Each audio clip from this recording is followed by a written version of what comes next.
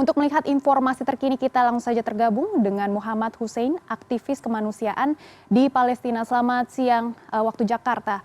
Bisa Anda informasikan sejauh ini bagaimana kondisi warga negara Indonesia yang ada di Gaza dan langkah apa yang dilakukan untuk mencegah dampak dari eskalasi konflik ini?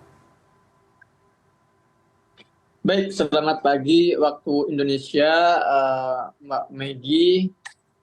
Sampai saat ini Gaza masih terus berada di bawah gempuran jet-jet tempur Israel.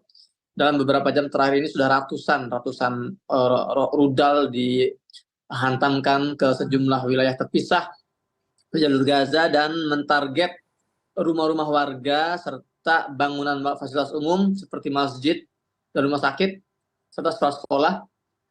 Alhamdulillah untuk WNI yang ada di Gaza saat ini sedang kondisinya baik, alhamdulillah sehat walafiat, dan meskipun tidak dikatakan aman, namun ya tidak ada dari kita yang menjadi korban, baik itu korban luka atau korban jiwa.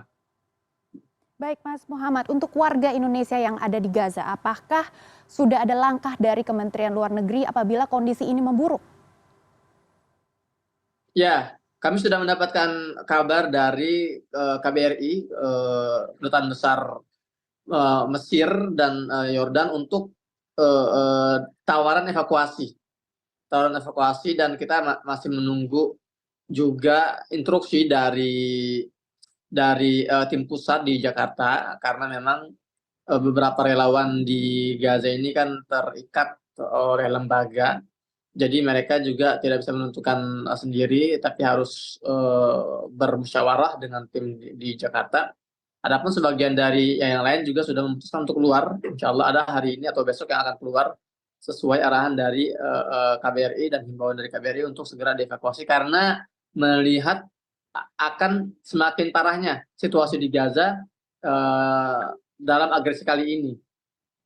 Baik Mas Muhammad, kami mendapatkan informasi ada 256 warga sipil yang tewas dan sekitar 1.800 orang yang terluka. Apakah Anda sudah mendapatkan informasi terkini? Ada berapa sebenarnya korban yang terdampak? Iya, memang itu angka kemarin, tapi sejak 24 jam terakhir ini angka melonjak sangat cepat.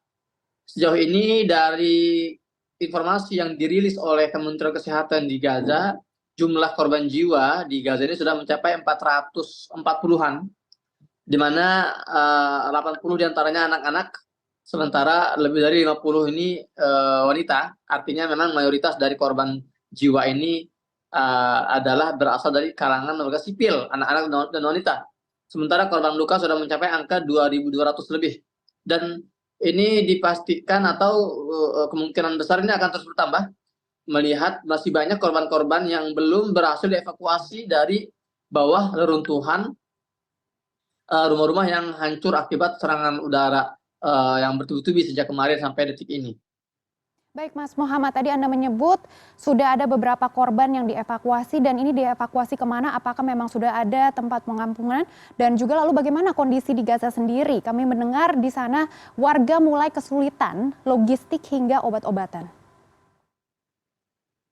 Ya, sebagian warga yang terluka tentu dievakuasi, dilarikan ke rumah sakit. Sementara warga yang rumahnya hancur, mereka dievakuasi ke tetangga, rumah-rumah sekitar, atau sebagian juga dievakuasi ke sekolah-sekolah PBB. Meskipun sekolah-sekolah PBB ini juga ditarget. Sejak kemarin ada beberapa sekolahan yang ditarget oleh rudal F-16 Israel, meskipun padahal sekolah-sekolah itu sedang dijadikan tempat pengungsian. Dan jadi tidak ada bunker-bunker di Gaza, tidak ada perlindungan, shelter-shelter yang bisa melindungi mereka, namun mereka hanya bisa memanfaatkan fasilitas seadanya. Seperti itu. Baik Mas Muhammad, ada berapa titik pengungsian dan bagaimana kondisi di sana? Ya, pengungsian banyak ya, karena juga banyaknya sekolah-sekolah PBB yang tersebar di 5 wilayah utama di Gaza.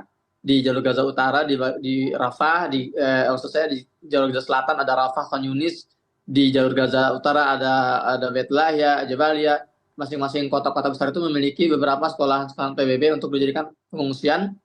Namun karena ya karena kondisi yang mencekam 3 hari terakhir, jadi logistik ini terhambat. Apalagi Israel sudah memutus pasokan dari luar, logistik dari luar untuk warga Gaza, sehingga ini menambah krisis dan menambah derita warga Gaza yang sedang berada di pengungsian. Adapun sejauh ini belum ada bantuan-bantuan dari luar, dari negara-negara donatur yang sampai ke Gaza karena terhambat atau terkendala perbatasan yang masih ditutup oleh pihak Israel. Baik, terkait dengan bantuan logistik ini, Mas Muhammad, apakah Anda juga mendapatkan informasi apakah dari Indonesia sendiri mempunyai jalur untuk membantu untuk bantuan logistik di sana? Ya, sejauh ini kalau dari Indonesia ini belum ada bantuannya yang masuk. Adapun jalur pun biasanya kalau dari luar sulit ya. Tapi sejumlah lembaga kemanusiaan Indonesia di Gaza, termasuk lembaga INH, ini kita sudah membuka campaign bagi warga Indonesia yang mau berdonasi ke Gaza, dan kita akan menyalurkan donasi itu berupa bahan bantuan sembako yang masih tersedia, meskipun tidak banyak jumlahnya. Kita akan berusaha untuk menyalurkan ke warga-warga yang membutuhkan. Adapun dari luar, pemerintah Indonesia sendiri, kita masih belum ada kabar tentang hal itu. Baik, Mas Muhammad. Kami juga mendapatkan informasi bahwa Kepala Hak Asasi Manusia PBB Volker Turk menyerukan agar serangan tersebut segera dihentikan. Apakah sudah ada aksi atas seruan tersebut di Gaza? Ya, memang perintah PBB ini tidak hanya hari ini sudah keluar, namun sudah berlaku, sudah terjadi sejak 1948. Banyak sekali resolusi-resolusi PBB dan sanksi-sanksi PBB terhadap Israel untuk yang menyerukan untuk agar Israel ini menghentikan serangan-serangannya, namun tidak ada satupun yang dipedulikan oleh Israel. Jadi bertahun-tahun Israel ini seperti tidak tersentuh oleh PBB bahkan.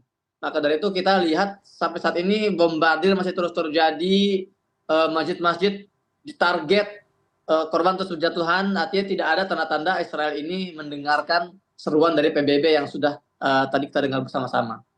Baik, Mas Muhammad, tetap jaga keamanan Anda dan kami akan terus memantau perkembangan situasi di Gaza. Terima kasih sudah bergabung bersama kami di CNN Indonesia News Hour.